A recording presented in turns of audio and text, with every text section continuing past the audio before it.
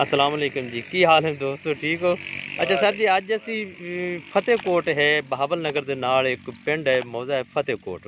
उत्थों दे काश्तकार जिहड़े हैं मोहम्मद रमज़ान साहब हैं, बड़े प्रोग्रेसिव काश्तकार हैं और उन्होंने कोई सवा के एकड़ 5-6 लैना लाइयां हैं प्याज दियाँ।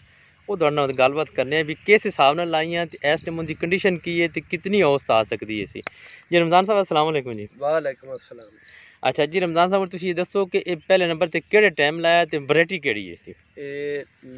पहले हफ्ते दिसंबर के पहले हफ्ते च लाया जी जी, थोड़ा ऊंचा बोलना। दिसंबर के पहले हफ्ते च लाया है ते अच्छा वैरायटी है फुलकारा जी सर। पंजाब सीड का बीए ते ये पहले कितने कितने अरसे से पहले कर रहे हैं काम? तकरीबन इस कैटेगरी तो मैं कर रही हूँ कुछ 4 साल तो।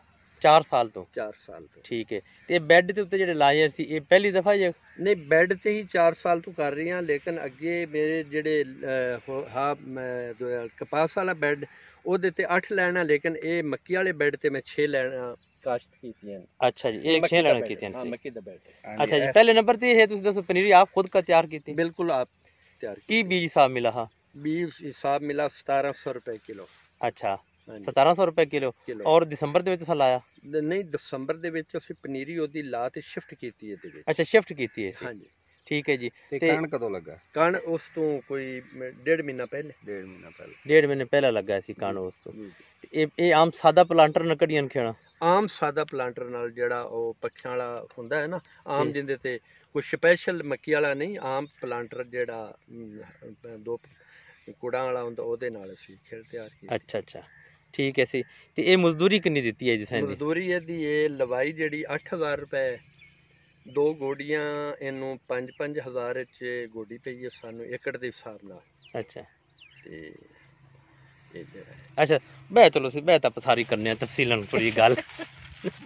अच्छा जी, ये अपनी लवाई देती उस तो बाद इनकी गोडी भी हुई या नहीं हुई सी? 2 ਗੋਡੀਆਂ ਕਰਵਾਈਆਂ। फी गोडी ਜਿਹੜੀ 5000 ਏਕੜ ਦੇ ਹਿਸਾਬ ਨਾਲ 10000 ਰੁਪਏ 2 ਗੋਡੀਆਂ ਤੇ ਖਰਚਾ ਹੋਇਆ। ਅੱਛਾ, ਇਹ ਹੋ ਗਈ। ਇਸ ਤੋਂ ਬਾਅਦ ਸਾਨੂੰ ਦੱਸ ਦਿਓ ਇਹਦੇ ਇੱਕ ਸਪਰੇਅ ਕੀਤਾ ਹੈ ਆਕਸੀਫਿਨ ਜ਼ਹਿਰ ਹੈ ਜਿਹੜਾ ਗੰਦ ਦਾ ਇਹਦਾ ਕੰਟਰੋਲ ਕਰਦਾ ਹੈ।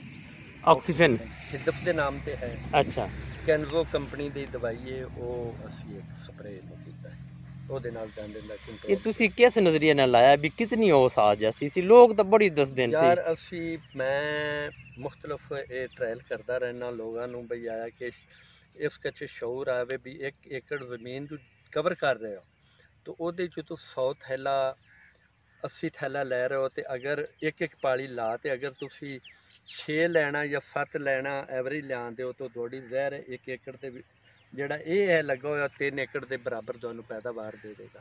1 ਏਕੜ 3 ਏਕੜ ਦੇ ਬਰਾਬਰ? ਹਾਂਜੀ।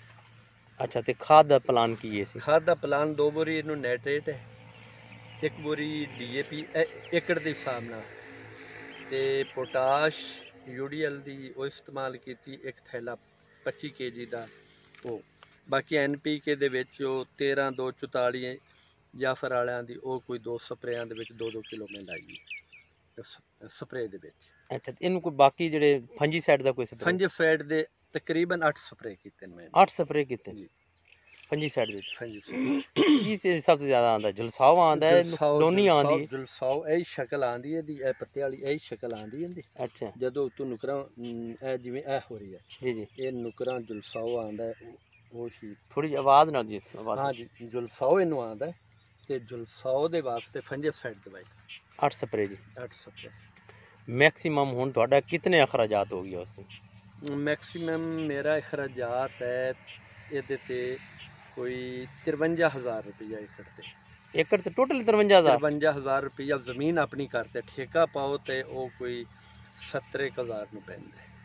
अच्छा, 70 एक किन्ने 3 महीने 4 महीने ले जाती है फाइनल?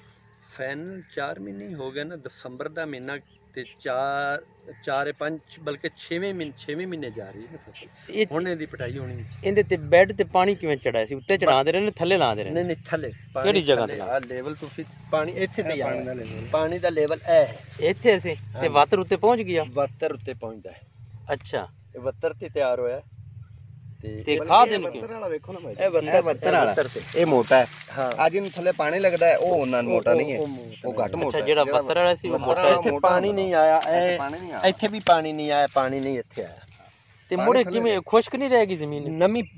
ਨਮੀ ਆਟੋਮੈਟਿਕ ਨਾ ਥੱਲੇ ਤਾਂ ਨਮੀ ਬੇਸ਼ੱਕ ਉੱਤੋਂ ਥੋੜੀ ਬਹੁਤੀ ਜ਼ਮੀਨ ਖੁਸ਼ਕ ਰਹਿ ਜਾਂਦੀ ਹੈ, ਲੇਕਿਨ ਜਿਹੜਾ ਥੱਲੇ ਨਾ ਥੋੜੀ ਜੀ। ਤੇ ਖਾਦ ਖੁਰਾਕ ਜਿਹੜੀ ਤੁਸੀਂ ਦਿੱਤੀ ਇਹਦੇ ਵਿੱਚ ਜੀ ਉਹ ਫਲੱਡ ਕੀਤੀ, ਉਹ ਤਾਂ ਥੱਲੇ ਰਹੇਗੀ, ਉਹ ਮੁੜ ਕਿਵੇਂ ਉੱਤੇ ਆ ਗਈ?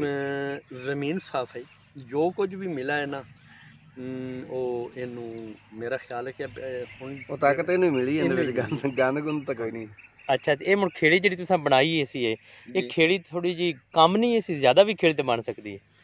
ਖੇੜੀ ਉਹ ਜ਼ਹਿਰ ਸਾਡੇ ਕੋਲ ਆਪਣਾ ਔਜ਼ਾਰ ਤਾਂ ਫਿਲਹਾਲ ਹੈਗਾ ਕੋਈ ਨਹੀਂ, ਮੱਕੀ ਕਾਸ਼ਤ ਕਰਨ ਵਾਲਾ ਮੈਂ ਜ਼ਿਮੀਂਦਾਰ ਤਾਂ ਨਹੀਂ ਹਾਂ, ਤੇ ਮੈਂ ਵਕਤੀ ਤੌਰ ਤੇ ਇਸ ਨੂੰ ਨਵਾਂ ਟਰਾਇਲ, ਲੇਕਿਨ ਜਿਹੜਾ ਇਹਨੂੰ ਅਗਰ ਤੰਗ ਕਰ ਲਿਆ ਜਾਵੇ ਤੇ ਖੇੜੀ ਛੋਟੀ ਵੀ ਹੋ ਜਾਵੇ ਤਾਂ ਜ਼ਿਆਦਾ ਛੋਟੀ ਵੀ ਹੋ, ਪਾਣੀ ਗੁਜ਼ਾਰਨਾ ਹੈ ਨਾ, ਜ਼ਿਆਦਾ ਲੱਗ ਸਕਦਾ ਪਾਣੀ ਗੁਜ਼ਾਰਨਾ। ਲੇਕਿਨ ਮਾਮਲਾ ਇਹ ਹੈ ਵੀ ਉਹ ਖੇੜੀ ਤੰਗ ਹੋਣ ਦੇ ਨਾਲ ਕੋਈ 8-10 ਬੈੱਡ ਦਾ ਫਰਕ ਜ਼ਰੂਰ ਪੈਣਾ।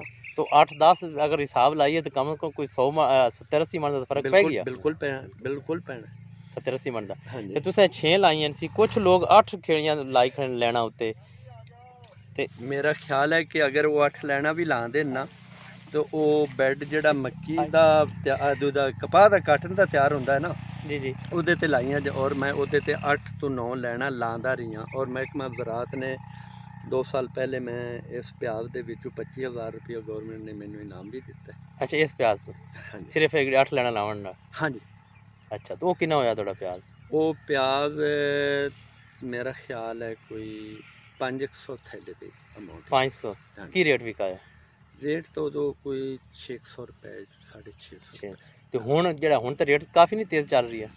ਇਹ ਹੁਣ ਵੇਖਿਆ ਜਾਏਗਾ ਜਦੋਂ ਪਟੀਵੇਗਾ ਤੇ ਉਹਦੇ ਹਾਲਾਤ ਦੇ ਮੁਤਾਬਕ ਵੇਖਿਆ ਜਾਏਗਾ। ਇਹ ਹੈ ਫੁਲਕਾਰਾ ਵੈਰਾਈਟੀ? ਫੁਲਕਾਰਾ ਤੇ ਨਸਰਪੁਰੀ ਅਗਰ ਉਹ ਵੀ ਬਿਹਤਰ ਹੈ? ਨਹੀਂ ਮੈਂ ਨਹੀਂ ਨਸਰਪੁਰੀ ਅੱਜ ਤੱਕ ਲਾਇਆ।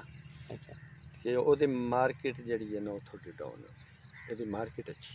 ਅੱਛਾ ਇਹਦੀ ਮਾਰਕੀਟ ਅੱਛੀ ਹੈ, ਠੀਕ ਹੈ। ਇਹ ਦੇਸੀ ਬਿਲਕੁਲ ਦੇਸੀ ਦੇ ਵਿੱਚ ਸ਼ੁਮਾਰ ਹੁੰਦਾ, ਦੇਸੀ ਉਹ ਲੋਕ, ਔਰ ਸਾਈਜ਼ ਵੀ ਠੀਕ ਹੈ ਤੁਹਾਡੇ ਸਾਹਮਣੇ ਸੁਰਤਾਲ।